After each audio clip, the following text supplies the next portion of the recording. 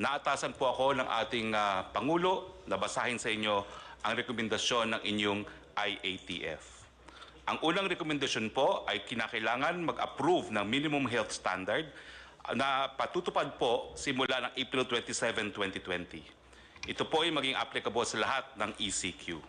Itong mga guidelines po ay dapat matapos by April 25, 2020. Ang gagawa po ng guidelines, ang mamumuno po dito ay ang Department of Health at siya ang bubuo ng guidelines para po sa mga hospital, para po sa testing at para sa hygiene. Ang DOTR naman po ang magre-recommend ng guidelines para sa public transportation.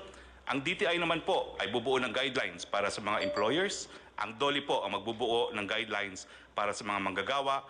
At ang DPWH ang bubuo ng guidelines para sa infra-construction. Ang decision po, pagdating sa ECQ, pagdating ng Mayo 1, 2020, panatiliin po ang ECQ sa NCR, Region 3, Region 4A, and all other areas kung saan mataas pa po ang banta ng COVID-19 hanggang Mayo 15. Magkakaroon po ng re-evaluation pagdating po ng May 16. Ang mga probinsya po na mananatili sa ECQ, National Capital Region, Benguet, pero po pwede pong mabago by April 30, Pangasinan, Bataan, Bulacan, Nueva Ecija, Pampanga, Tarlac, Zambales, Batangas, Laguna, Cavite, Rizal, Quezon, Oriental Mindoro, Occidental Mindoro, Albay, Catanduanes, Antique, Iloilo, bagamat meron pong to recheck itong Antique at Iloilo, Cebu at Cebu City, also subject to rechecking. At sa Mindanao po, ang probinsya ng Davao del Norte at Davao City. Ang lahat po na probinsya na hindi kasama dito sa mananatili ang ECQ ay sa ilalim po sa new normal na tinatawag na General Community Quarantine. Ganun pa man, dito po sa mga lugar na mapapasailalim ang General Community Quarantine, may mga areas po na moderate na naka-orange. Ang ibig po sabihin nito, mag-i-evaluate pa po ako ano mangyayari dito sa mga lugar na ito, kung magkakaroon nga ng General Community Quarantine o mananatili ang ECQ. Ito po ang para sa mga probinsya ng Abra, Ilocos Norte, La Union, Cagayan, Isabela, Nueva Vizcaya, Marinduque, Camarines Sur, Aklan, Capiz, Samar, Western Samar, Zamboanga del Sur, Lanao del Norte, Misamis Occidental at Misamis Oriental, North Cotabato, South Cotabato, Maguindanao. Yung mga areas naman po na low at moderate ay mapapasilalim nga po sa GCQ, ang new normal.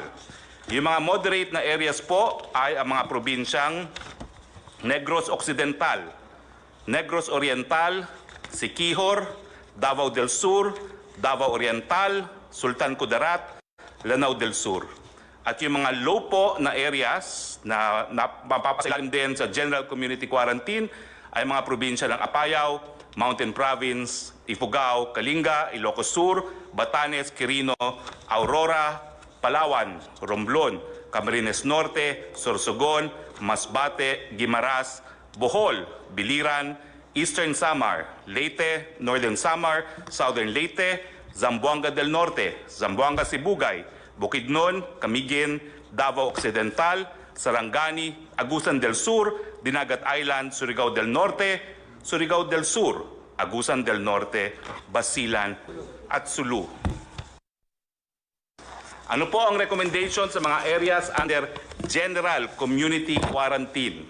Ito po yung mga lugar na hindi na mapapasailalim sa ECQ.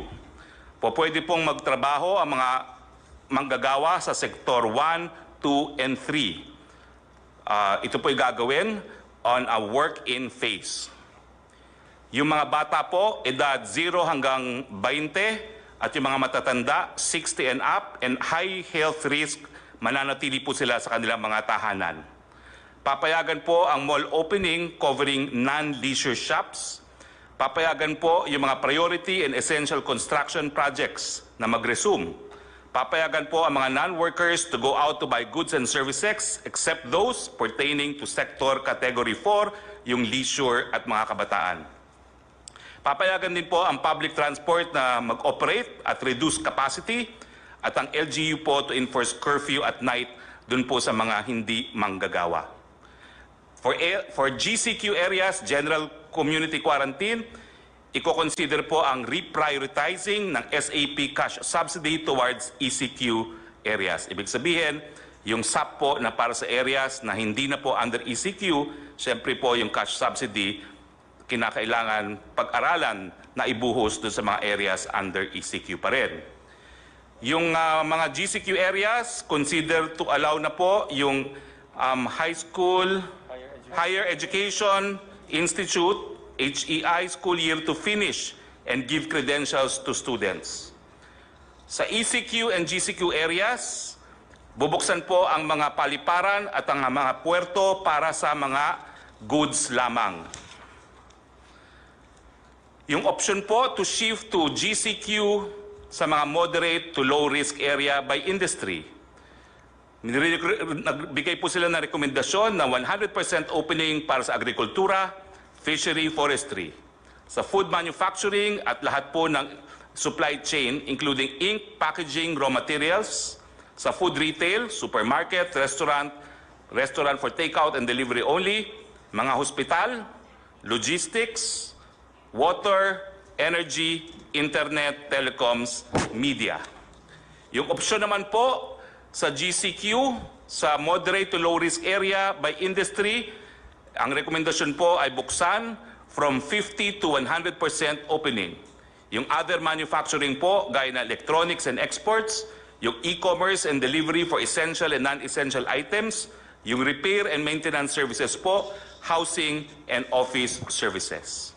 Yung option po to shift to GCQ in moderate to low risk area by industry, consider po na buksan hanggang 50% on-site work and 50% work from home.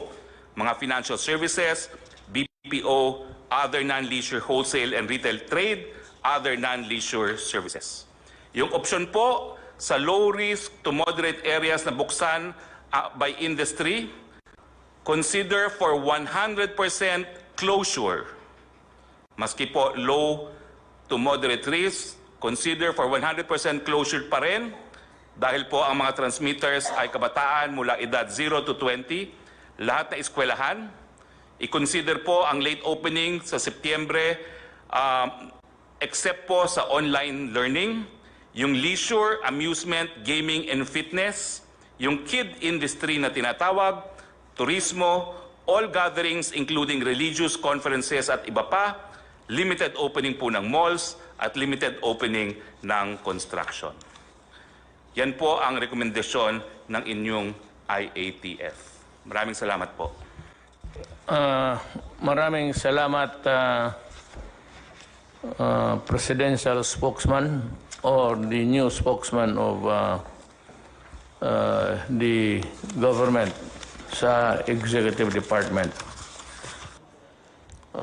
Alam mo, wala tayong magawa. Ito, kita mo, Navy itong di na wala tayong kaya sa Navy, may mga barko bangka lang yun akin sa Davao. I have to do it because everybody's doing it. It's wearing a mask. Ni ako mismo, hindi ako, I cannot guarantee or anybody else for that matter in this table na hindi tatamaan. We are all at risk. But do not increase the odds or the chances of getting it. I never said I will declare martial law kasi martial law para lang yan sa mga rebelde, para sa mga komunista.